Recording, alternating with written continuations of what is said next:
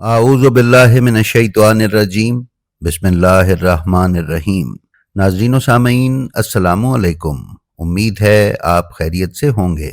ناظرین، ہم آج کی ویڈیو میں آپ کی خدمت میں اسیران کربلا کی شام سے رہائی کے اسباب اور اسیران کربلا کے قافلے کی شام سے روانگی کی تفصیلات فراہم کریں گے۔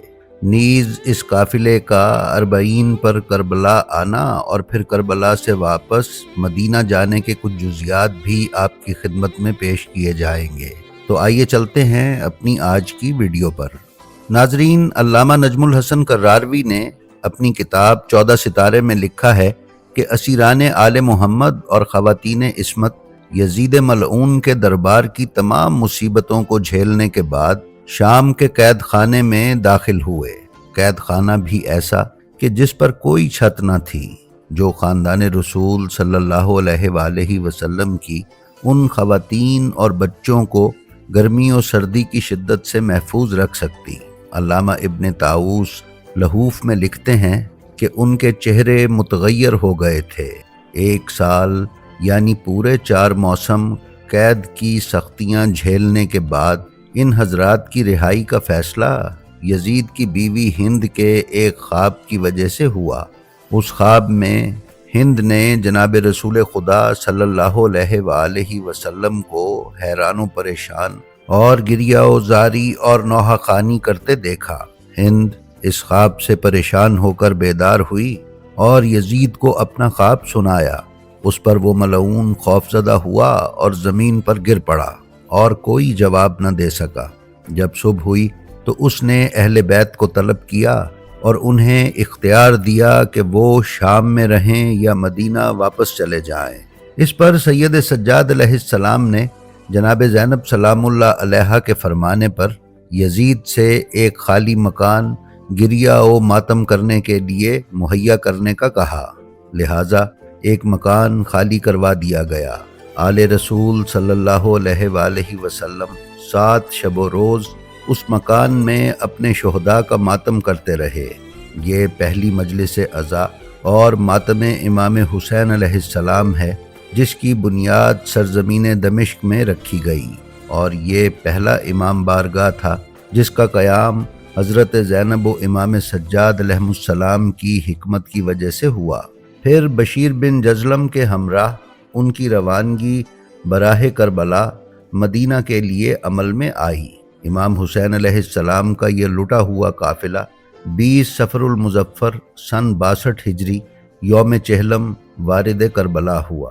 ناظرین، علامہ کفایت حسین صاحب اپنی کتاب روایات عزا میں بیان کرتے ہیں کہ جب واقعہ کربلا کی خبریں شام و دمشق کے لوگوں کے گھروں میں پہنچنا شروع ہوئیں تو حالت یہ ہو گئی کہ شام کے لوگ اپنے گھروں میں داخل ہوتے تھے تو ان کی بیویاں کہتی تھیں کہ بے غیرتو، تم نے اپنی بہنوں اور بیٹیوں کو تو پردے میں بٹھایا ہوا ہے، اور فاطمۃ الزہرا سلام اللہ علیہا کی بیٹیاں بازاروں میں پھرائی گئی ہیں اور اب قید میں ہیں، تم ہاتھ پر ہاتھ دھرے بیٹھے ہو۔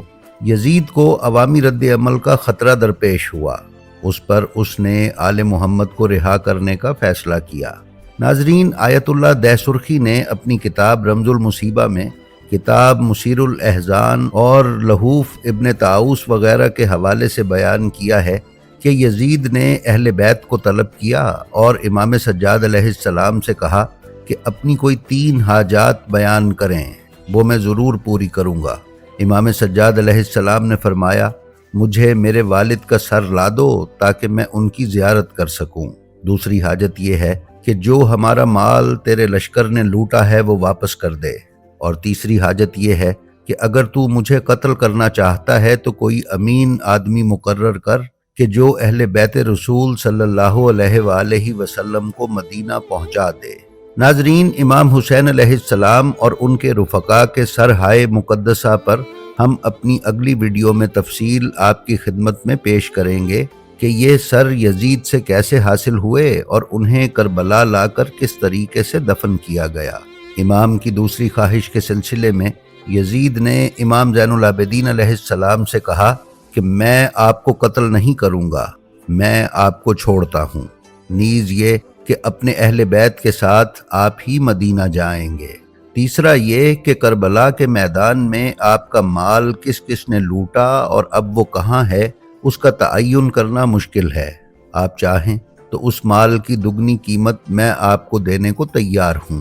امام سجاد علیہ السلام نے فرمایا، ہمیں تیرے مال کی کوئی ضرورت نہیں، ہمارا جو مال لوٹا گیا ہے وہی واپس کر، کیونکہ ان اشیاء میں حضرت فاطمۃ الزہرا سلام اللہ علیہا دختر پیغمبر کا مکنا، ہار اور پیراہن ہے۔ یزید نے جب یہ سنا تو حکم دیا کہ یہ اشیاء جہاں اور جس کے پاس بھی ہوں وہ فوراً لا کر دے تاکہ اہل بیت کو واپس کی جا سکے۔ لہٰذا جس نے جو کچھ لوٹا تھا وہ یزید کے حکم پر لے کر آیا اور وہ تبرکات آل محمد علیہ السلام کو واپس لوٹائے گئے۔ ناظرین، جیسا کہ ہم نے بیان کیا ہے کہ اہل بیت نے یزید سے مطالبہ کیا تھا کہ انہیں ایک گھر دیا جائے جس میں وہ عزاداری امام حسین منعقد کریں، لہٰذا جب دمشق کے اس گھر میں اہل بیت نے 7 شب و روز مجلس ماتم اور مرثیہ خوانی برپا کر لی تو 8ویں روز یزید نے اہل بیت کو اپنے پاس بلایا۔ پھر اس نے اہل بیت کے سفر کے لیے اونٹ اور سواریاں تیار کروائیں اور سفر کے لیے ضروری ساز و سامان مہیا کیا اور خطیر رقم بھی ساتھ دی۔ بقول کتاب ناسخ التواریخ، یزید نے جناب ام کلثوم سلام اللہ علیہا سے مخاطب ہو کر کہا کہ یہ مال تمہارے ان مصائب کے بدلے میں ہے جو تم پر وارد ہوئے ہیں۔ جناب ام کلثوم سلام اللہ علیہا نے اس کے جواب میں فرمایا، تو کتنا بے حیا ہے اور کتنا سنگ دل ہے کہ تو نے میرے بھائی اور اہل بیت کو قتل کر ڈالا اور اب اس کے بدلے یہ چند ٹھیکریاں دینا چاہتا ہے۔ ناظرین، علامہ حافظ کفایت حسین صاحب نے کتاب روایات ازا میں بیان کیا ہے کہ یزید نے اعلان کیا اور سامان واپس ہونے لگا۔ ایک صندوق آیا، دربار میں کھولا گیا، ایک کرتا اس میں سے نکلا جو خون میں ڈوبا ہوا تھا، جا بجا اس میں سوراخ۔ یزید نے کہا کہ یہ کس کا کرتا ہے؟ امام زین العابدین چیخ کر رونے لگے اور فرمایا، ارے یہ میرے مظلوم باپ حسین کا کرتا ہے جو ان کی شہادت کے بعد اتار لیا گیا تھا۔ یہ صندوق اہل بیت علیہ السلام کے پاس پہنچا، جناب زینب نے یہ کرتا اپنے پاس رکھ لیا۔ ناظرین، شیخ مفید بیان کرتے ہیں کہ یزید نے نعمان بن بشیر جو صحابی رسول تھے انہیں طلب کیا اور کہا کہ اہل شام میں جو لوگ اپنی امانت و دیانت اور شرافت و تقوی میں شہرت رکھتے ہیں انہیں اہل بیت رسول کے ہمراہ مدینہ روانہ کرو، ضروریات سفر کا مکمل بندوبست کرو اور محافظین کا دستہ بھی اپنے ہمراہ لو۔ کتاب تذکرۃ الشہداء میں بیان کیا گیا ہے کہ یزید نے 8ویں روز شاہی سواریاں تیار کروائیں اور انہیں تمام ضروریات سے پر کروایا۔ جب سواریاں تیار ہو کر آئیں تو یزید نے اہل بیت سے کہا کہ میں نے آپ کے لیے سامان سفر تیار کر دیا ہے، اب آپ جہاں جانا چاہیں جائیں، مکہ یا مدینہ یا کسی بھی مقام پر آپ جا سکتے ہیں۔ اہل بیت نے قبول کیا اور فرمایا کہ ہم مدینہ جائیں گے۔ ایک روایت میں ہے کہ اس نے 30 آدمی ہمراہ کیے، دوسری روایت میں ہے کہ 500 فوجی ساتھ روانہ کیے گئے، جبکہ ایک اور روایت کے مطابق اس قافلے کی حفاظت کے لیے 1000 آدمیوں کو مقرر کیا گیا اور اپنا خاص نمائندہ بھی ہمراہ کیا اور ہدایت کی کہ اہل بیت کا خاص خیال رکھا جائے اور انہیں راستے میں کوئی تکلیف نہ ہو۔ ناظرین، اہل بیت شام سے روانگی کے بعد کس دن اور تاریخ کو کربلا پہنچے اس میں اختلاف ہے۔ کچھ نے 18، کچھ نے 19 اور کچھ نے 20 سفر کی تاریخ تحریر کی ہے۔